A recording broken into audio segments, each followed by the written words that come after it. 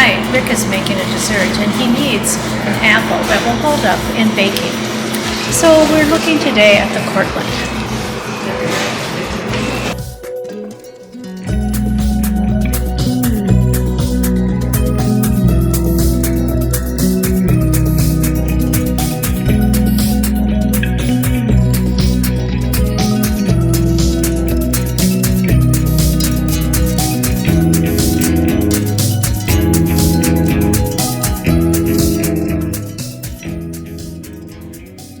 After the apple orchard, our little group continued on through Richland Center and on to Anna Way Place. This is a lovely cluster of cabins in the Richland County hills. There's a beautiful gift shop near the entrance. It features every type of luxury you might want to take home as a gift or to enjoy while you were there. There's an excellent selection of high-quality liquors and cheeses. The cabins on site vary from size and privacy and location. We headed on up the hill to our home away from home, the Hillside Cabin. The Hillside is the newest cabin on the property. It has a wonderful bank of windows both downstairs and upstairs. Downstairs are 2 private bedrooms, each with their own bath. Upstairs, there is a lovely open design living room with a kitchen, a full kitchen at one end. There are plenty of chairs and cushions and places to snuggle and enjoy the lovely fireplace and the view. It was a great place to live in luxury while we were roughing it.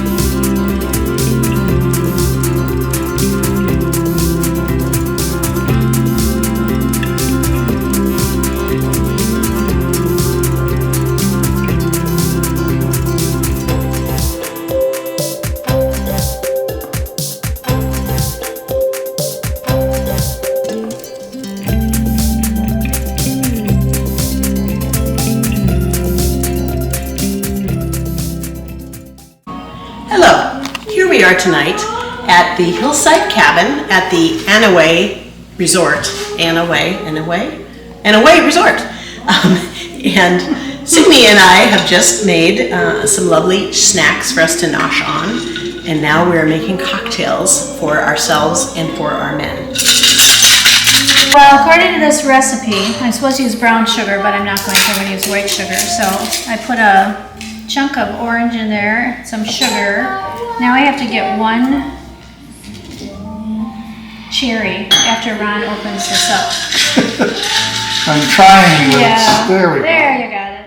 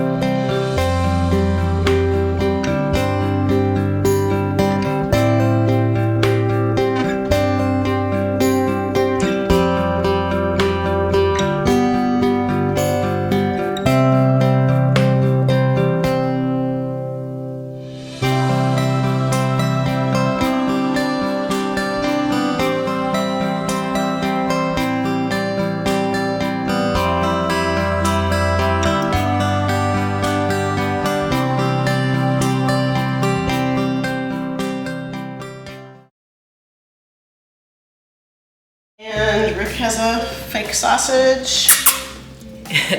Here is a artichoke and onion frittata that I made from a recipe from the California Culinary Institute.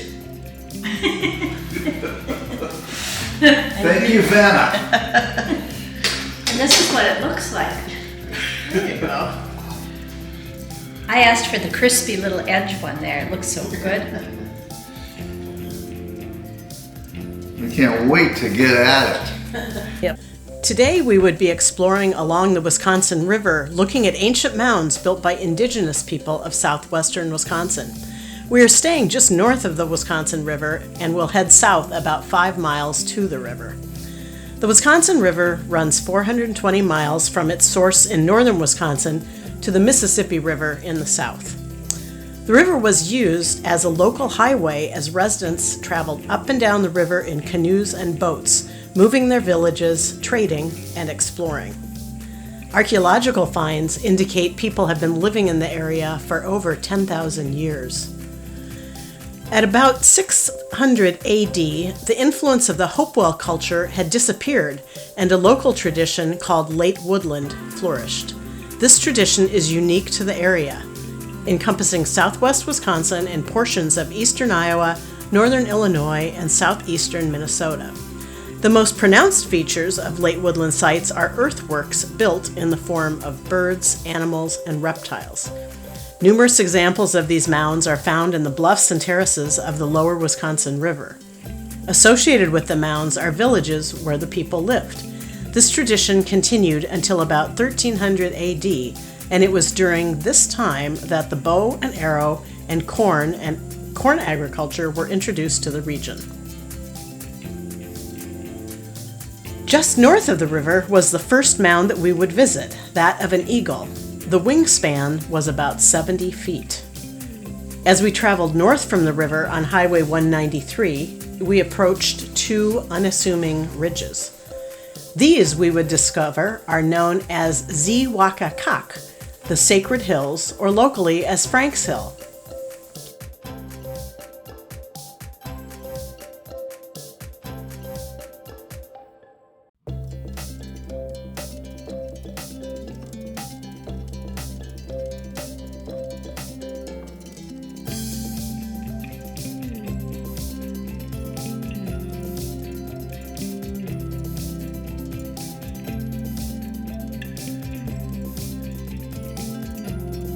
Frank Shadowald was born in the area in 1932. After serving in the Korean War with the U.S. Army Corps of Engineers, he returned to the Muscoda area where he farmed for many years. He was an avid gardener and a storyteller.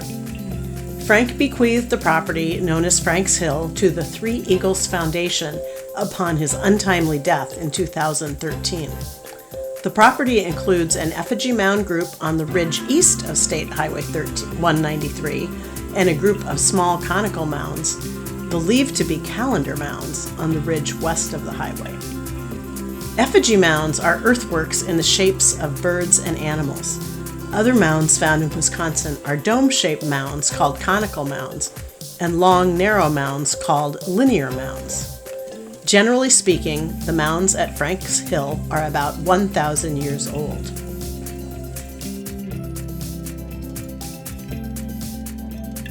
One can easily see the outline of the mound, but it can be difficult to get an appreciation of the scale and the total layout. So it's time to go up a level. The East Hill contains a group of effigy mounds thought to represent a coyote, bison, bird, beaver, and coiled snake. The bird mound also has been interpreted as the pregnant bird woman or the corn lady.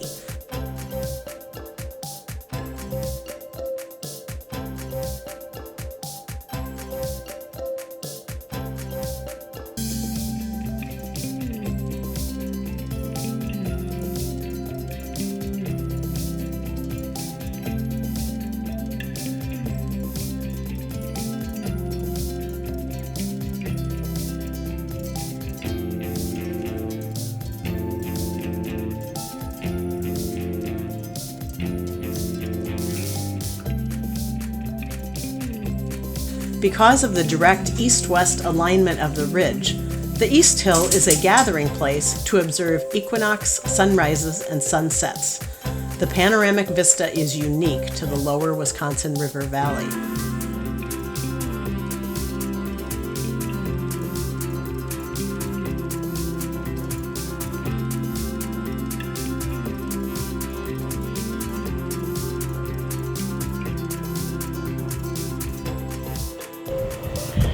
Hello, today we are in Richland County, Wisconsin, enjoying the significant and sacred Shadewald mounds.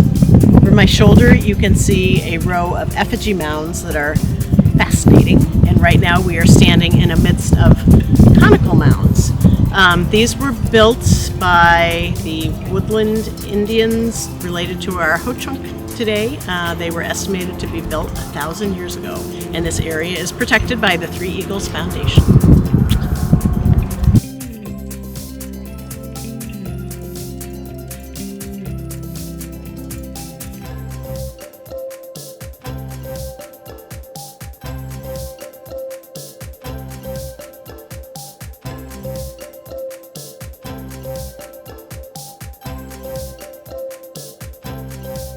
The west side hill contains a series of very small conical-shaped mounds believed to be calendar mounds.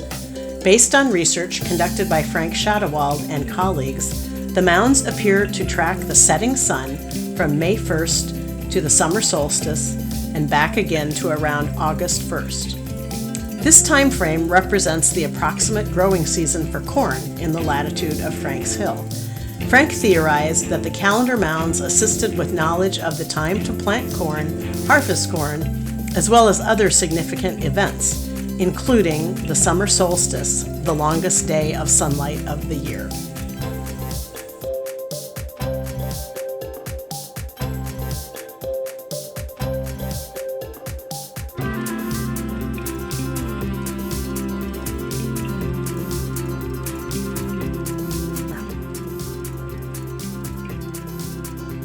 That afternoon, we headed up the road to Viroqua. It was a beautiful, wooded, hilly drive. We started at Viroqua's historic warehouse district. This is an interesting area with several old tobacco warehouses dating to the early 1900s. This one has been converted into the Driftless Books and Music Store. It started in 2009 when Eddie Nix acquired 7 collections of books from small bookstores that were closing. Today, they have over 500,000 books. It's very well organized, and there's even a searchable website. During the year, they have music inside, but in the winter, it gets so cold that they're closed from late October to early April. Outdoors is this kind of crazy, kooky little area with all kinds of artwork and memorabilia. We weren't really sure what it was about.